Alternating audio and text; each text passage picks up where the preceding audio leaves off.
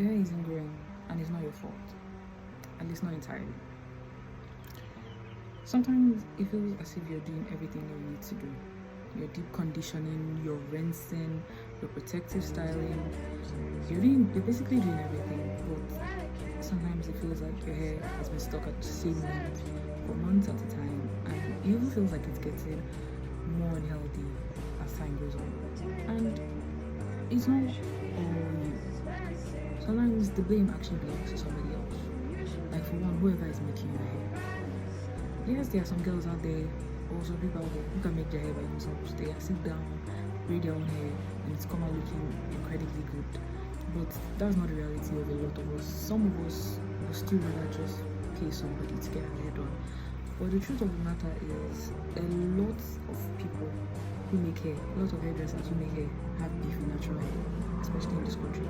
And if you want to make sure that your protective styles are actually protective styling, instead of giving you a lot of hair that has basically just been broken off and it's being held together by those braids, you need to insist on them taking it gently with your hair.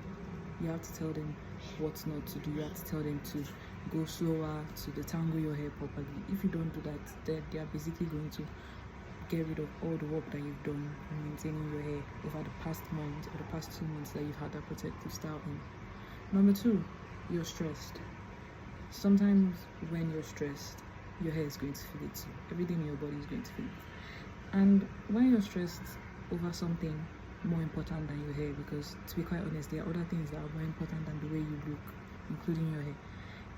It will show up on your hair. It will show up in the way your hair grows during that period of time, and it also show up in how well you take care of your hair during that period. You're going to ignore your hair at some point, and that's fine. But it's also important that you take the time that you need to rest, and you take the time that you need to take care of your hair, because hair care can also be self-care. Number 3, you're prioritizing some parts of taking care of your hair more than you're prioritizing other parts. I, for one, I hate bonnets. Even though I'm wearing one now, I've always hated bonnets.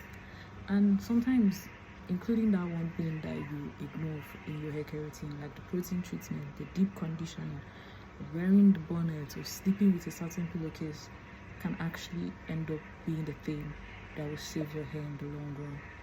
At the end of the day, we all just want to use hair products or to do things with our hair and have our natural hair out as stress-free as possible. That's why you should use the minimum. And yes, this is an ad. Thank you for listening. And you should use the minimum.